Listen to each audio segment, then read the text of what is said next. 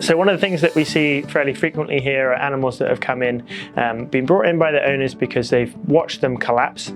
Sometimes that happens out and about on a walk outdoors, sometimes that's at home as well, but it can be very distressing for everyone involved. So if this kind of thing happens to your pet, one of the things that you must think about is just to look around at the environment and take a step back, think about if there's anything traumatic that could have occurred.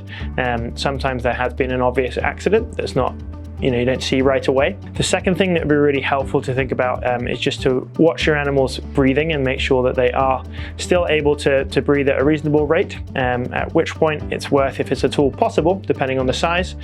gathering them up into your arms, trying to get them into some level of transport and then to us or another emergency vet. So when you do arrive with an animal that is collapsed or has collapsed, what you'll find when you come through the door is that we will probably call for a triage.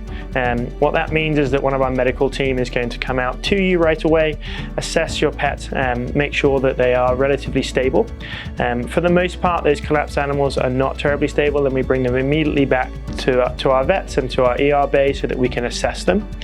At that stage, you'll be sadly separated from your pet just for a few minutes while we do that, and you'll be in touch with our CSR team really to talk about some of the details, get a little bit more of the history and the story if there is one. As soon as our medical team have done that initial assessment, we'll pop you in a room and have a conversation about what we found and some of the initial findings.